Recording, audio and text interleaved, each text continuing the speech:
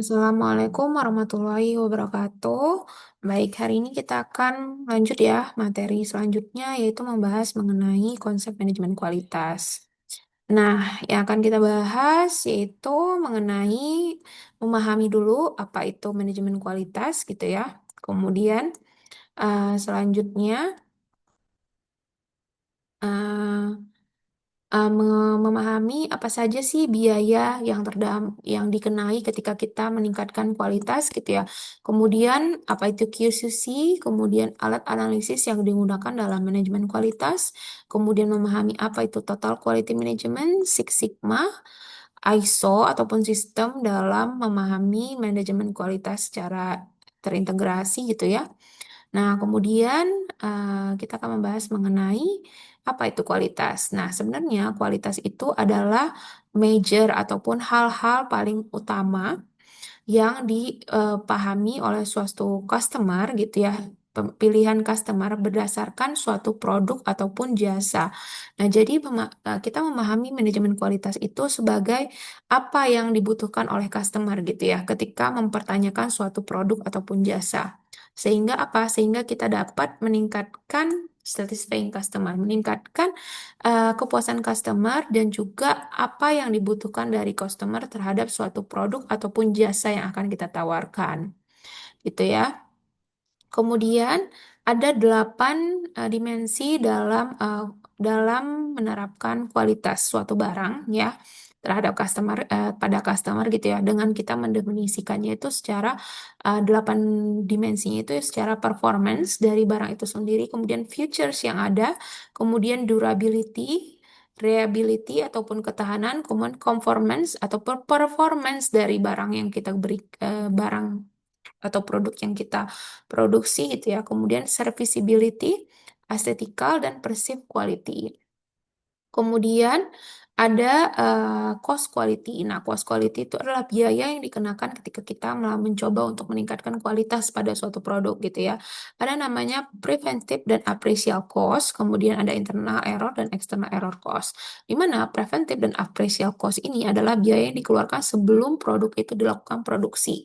Sementara internal error dan external error itu adalah ketika produk tersebut sudah diproduksi dan bagaimana preventif kita apapun hal yang bisa kita lakukan untuk meningkatkan kualitas tersebut, kualitas barang tersebut, sehingga kita tetap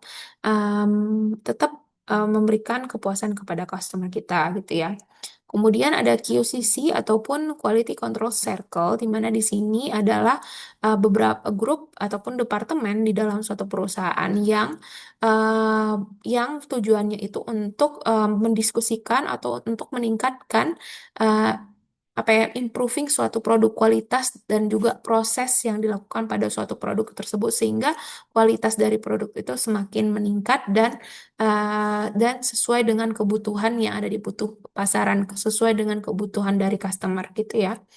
Kemudian ada seven tools, yaitu 7 tools ataupun alat metode yang digunakan dalam melakukan quality control atau mengontrol kualitas pada suatu produk kita gitu ya dalam kegiatan produksi khususnya.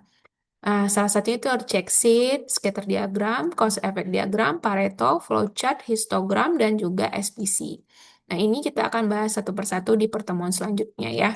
Nah, ada check sheet, ada scatter diagram, diagram hubungan gitu ya, kemudian cause and effect diagram ataupun fishbone, kemudian ada Pareto chart, kemudian ada flowchart, ada histogram, dan juga SPC ataupun control chart. Nah, ini adalah contoh-contohnya ya. Kalau teman-teman bisa lihat ya, silahkan dibaca sendiri nanti materinya. Selanjutnya, saya akan membahas mengenai total quality management. Nah, total quality management ini bagaimana kita secara keseluruhan satu organisasi itu memahami bahwa kualitas dari suatu produk itu sangat penting gitu ya. Bagaimana kita menerapkan total quality management tidak hanya di departemen QC saja, tapi semuanya memahami gitu ya. Nah, bagaimana caranya? Dan ini adalah salah satu cara untuk menerapkan total quality management di suatu perusahaan, di mana kita harus menerapkan purpose ataupun tujuan. Kemudian bagaimana kita untuk pemimpin memahami bahwa untuk mensosialisasikan mengenai total quality management ini terhadap bawahannya gitu ya. Kemudian membangun hubungan jangka panjang, kemudian kita melakukan continuous improvement terhadap produk, kemudian melakukan pelatihan, kemudian emphasize leadership, bagaimana kemampuan leadershipnya untuk memberikan apa ya motivasi, kemudian memberikan apa ya eh, motivasi dan juga dorongan kepada bawahannya untuk pimpinannya untuk memahami total quality management gitu ya salah satunya. Nah, salah satunya itu eh, istilah yang terkenal dalam TTKM itu adalah continuous improvement, itu dari apa ya, dari berdasarkan Kaizen juga ya, di mana perbaikan secara terus-menerus. Di mana ada hal yang diterapkan dalam continuous improvement itu adalah plan, do, check, action. Di mana plan kita merencanakan, do kita melaksanakan, dan check kita mengecek apa saja yang perlu diperbaiki. Kemudian kita melakukan action. Nah, istilah ini juga disebut dengan Kaizen atau Continuous Improvement dalam bahasa Jepang gitu ya. Di mana Kai itu adalah change, Zen itu good gitu ya. Nah, kemudian hal yang perlu dipahami juga adalah bagaimana eh, apa ya empowerment ataupun SDM, kekuatan dari SDM yang kita miliki. Yaitu dengan cara apa? Sehingga setelah mereka memahami adanya budaya continuous improvement ini, kita juga harus mengempower, memberdayakan tenaga kerja kita. Caranya dengan membangun jaringan komunikasi yang baik, kemudian suportif, menerima ide satu sama lain, kemudian memberikan responsibility dari atas ke bawah gitu ya, kemudian membangun moral dalam berorganisasi, kemudian menciptakan formal organization structure gitu ya. Kemudian yang harus kita pahami juga ada namanya benchmarking. Benchmarking ini adalah bagaimana kita memberikan benchmarking, tolak ukur yang bisa kita jadikan sebagai acuan kita dalam menentukan definisi kualitas seperti apa yang kita inginkan gitu. Jadi kita punya benchmarking ataupun role model yang kita tentukan supaya kita bisa menyesuaikan diri kita dengan hal tersebut sehingga kita punya tujuan dan kita punya goals gitu ya. Nah, ini adalah hal-hal yang perlu dilakukan ketika kita sudah menetapkan benchmarking. Pertama, kita harus mengetahui diri kita sendiri-sendiri, mengevaluasi diri sendiri ya, perusahaan ini kita sendiri, apa yang kita miliki kita. Kemudian tahu apa yang dimiliki orang lain, kelebihannya apa dalam menerapkan manajemen kualitas. Kemudian mengetahui apa hal yang terbaik dalam penerapan manajemen kualitas gitu ya. Kemudian melihat perbedaannya, perbedaan milik kita dan juga punya perusahaan lain dan apa yang terbaik dalam mendefinisikan manajemen kualitas misalnya ya. Kemudian setelah kita mengetahui itu kita mencoba menyusun gitu ya, membangun secara forward gitu. Dan mengetahui apa yang harus kita lakukan gitu ya dalam benchmarking itu. Kemudian ada namanya juga dalam quality management itu ada namanya konsep just in time, di mana pengiriman barang itu apa pengiriman barang ataupun produksi itu dilakukan ketika sesuai dengan waktu yang tepat, kualitas yang tepat dan kebutuhannya tepat gitu, sesuai dengan kebutuhan porsi yang dibutuhkan itu. Jadi itu yang dimaksud dengan konsep just in time.